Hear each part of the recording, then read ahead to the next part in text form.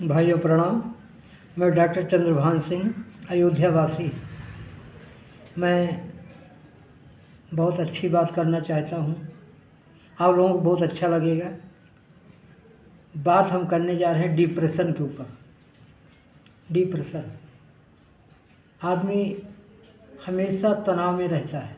कारण क्या है? आजकल बड़ी परेशानियाँ चल रही हैं। हर आदमी की आर्थिक स्थिति अच्छी नहीं है। आर्थिक स्थिति अच्छी तो और तमाम समस्याएं खड़ी हैं।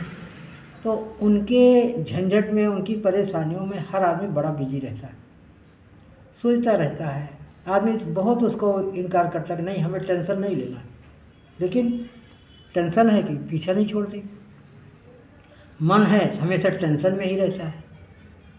अब ऐसे बार बार टेंशन लेते हुए आदमी डिप्रेशन में चला जाता है। डिप्रेशन को अवसाद कहते हैं, हिंदी में अवसाद कहते हैं, अवसाद, इंग्लिश में डिप्रेशन कहते हैं। अब इससे क्या है, जब आदमी डिप्रेशन में चला गया, कई बीमारियां आके घेर लेती। इसलिए मेरा ये विचार है कि आदमी को तनाव से बचना चाहिए, टेंशन से बचना चाहिए। अगर आदमी टेंशन ले रहा है, कहीं कहीं हमने देखा है कुछ खास परिस्थितियों में टेंशन लेना भी पड़ता है,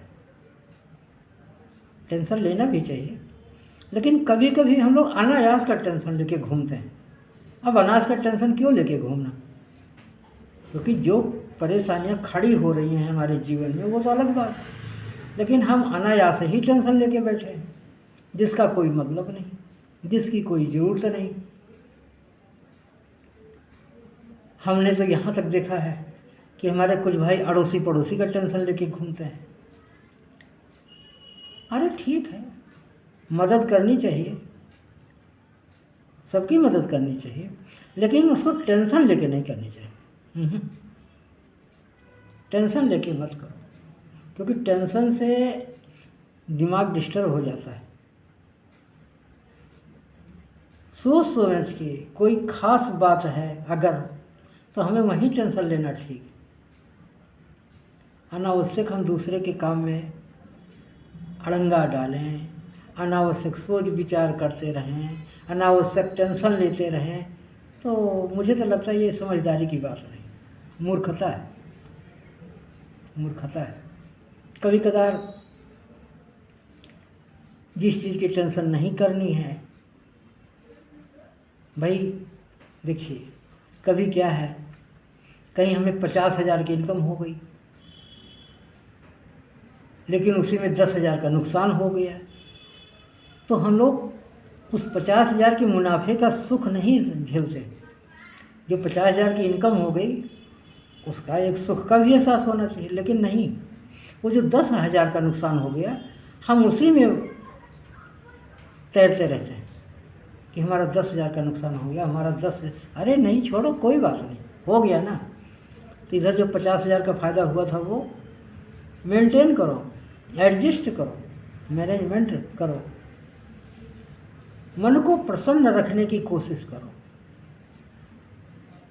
नुकसान कई रूप में होते हैं, लेकिन उसको हमें किस तरह से सोचना है, किस तरह से अपने दिल दिमाग में लेना है कि हमारा कोई नुकसान हुआ है तो कितना हुआ है, तो इससे और कोई नुकसान होने वाला है नहीं है ना।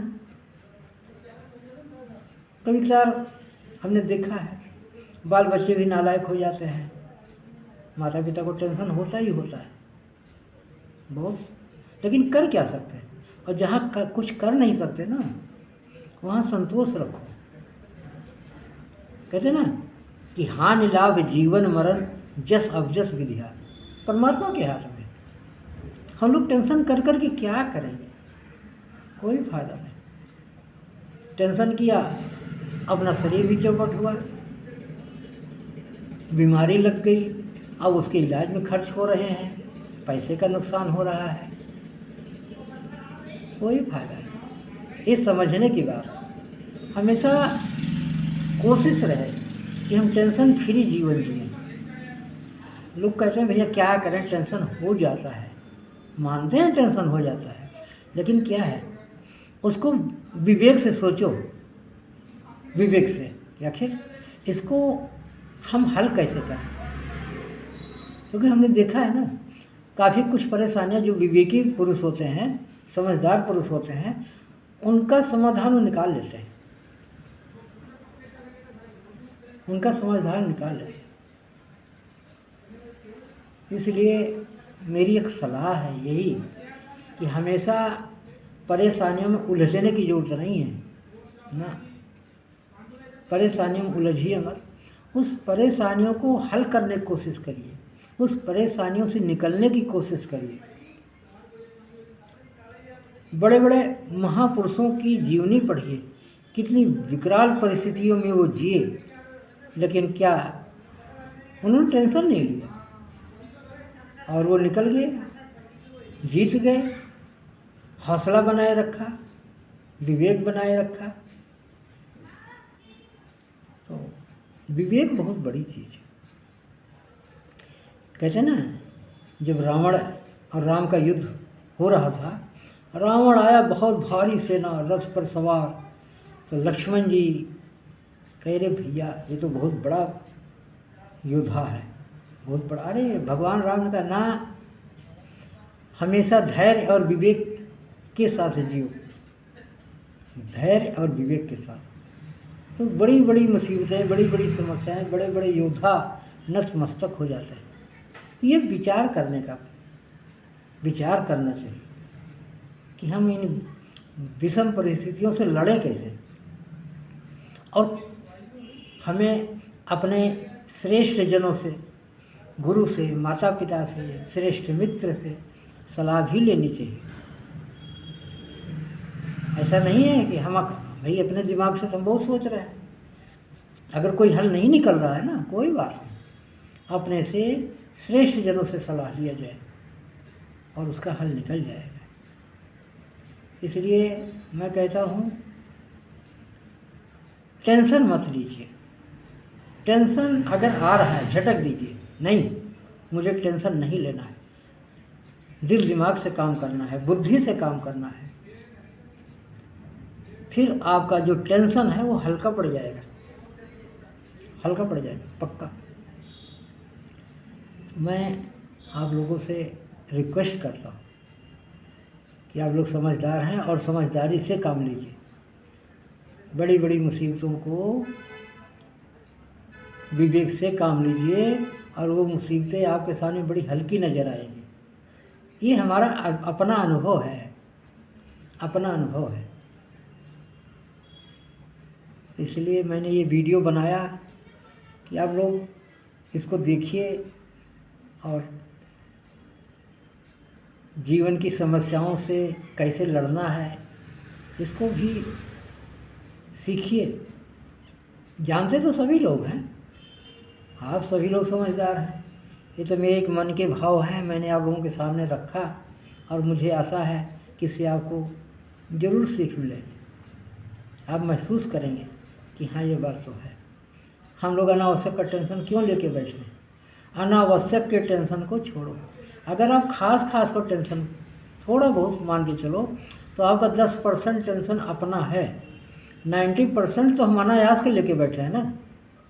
तो 90% टेंशन को छोड़ो, 10% का जो है चलो उससे निपट लेंगे। और जब टेंशन ख़त्म तो डिप्रेशन ख़त्म, कई प्रकार की बीमारियां ख़त्म। सुबह उठते ही गुनगुना पानी पियो, थोड़ा टहलो, घूमो वातावरण में, किसी पार्क में चले जाओ, छत के ऊपर चले जाओ, ताज़ी हवा लगती है। तो सुबह का उठना और गुनगुना पानी पीना, टहलना, घूमना, समय से स्नान ध्यान करना, पूजा पाठ करना, इससे भी काफ़ी टेंशन हमारे ख़त्म हो जाते हैं।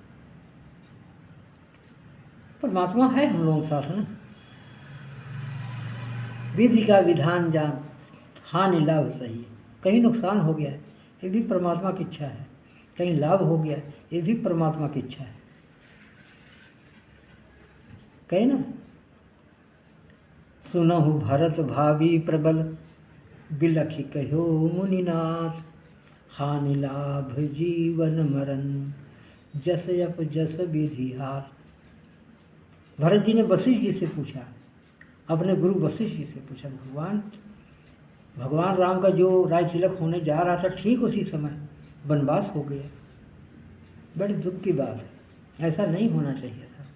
तो वशिष्ठ जी ने कहा, नहीं भरत जी, ये परमात्मा के हाथ में, ठीक है, हम लोग अपना नियम लागू करते हैं, अपने विचार से चलते हैं, लेकिन इच्छा उसी की है। हानि लाभ जीवन मरण जस अवजस विधिहार। अगर हम इस तरह से सोचेंगे, निश्चित ही टेंशन कम होगा। दुख सुख देने वाला कौन है? कभी विचार करिए, वो परम पिता परमात्मा है। और हमें ये मिला क्यों?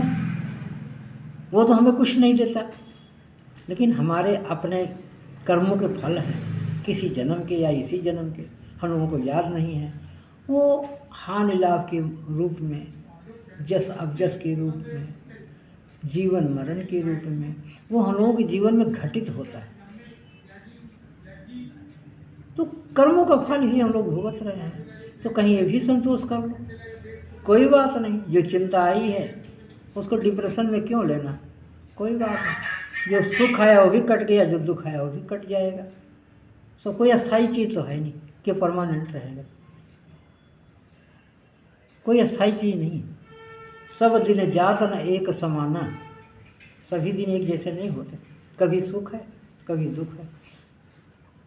तो जो सुख का दिन नहीं रहा तो दुख का भी दिन नहीं रहेगा, कट जाएगा। समय एक जैसा नहीं, इसलिए अगर कोई दुख है तो उसको टेंशन में मत लो, ये मान चलो थोड़े दिन के लिए है, सवेरा जरूर होगा, जरूर होगा सवेरा। तो भाइयों, आपने वीडियो लास्ट तक देखा, बहुत अच्छा लगा, बहुत बहुत धन्यवाद। लाइक कर देना, सब्सक्राइब कर लेना और कमेंट भी लिखना, आपको कैसी वीडियो और चाहिए, मैं वीडियो बनाऊंगा। तो बहुत बहुत धन्यवाद। जय जय श्री सीताराम।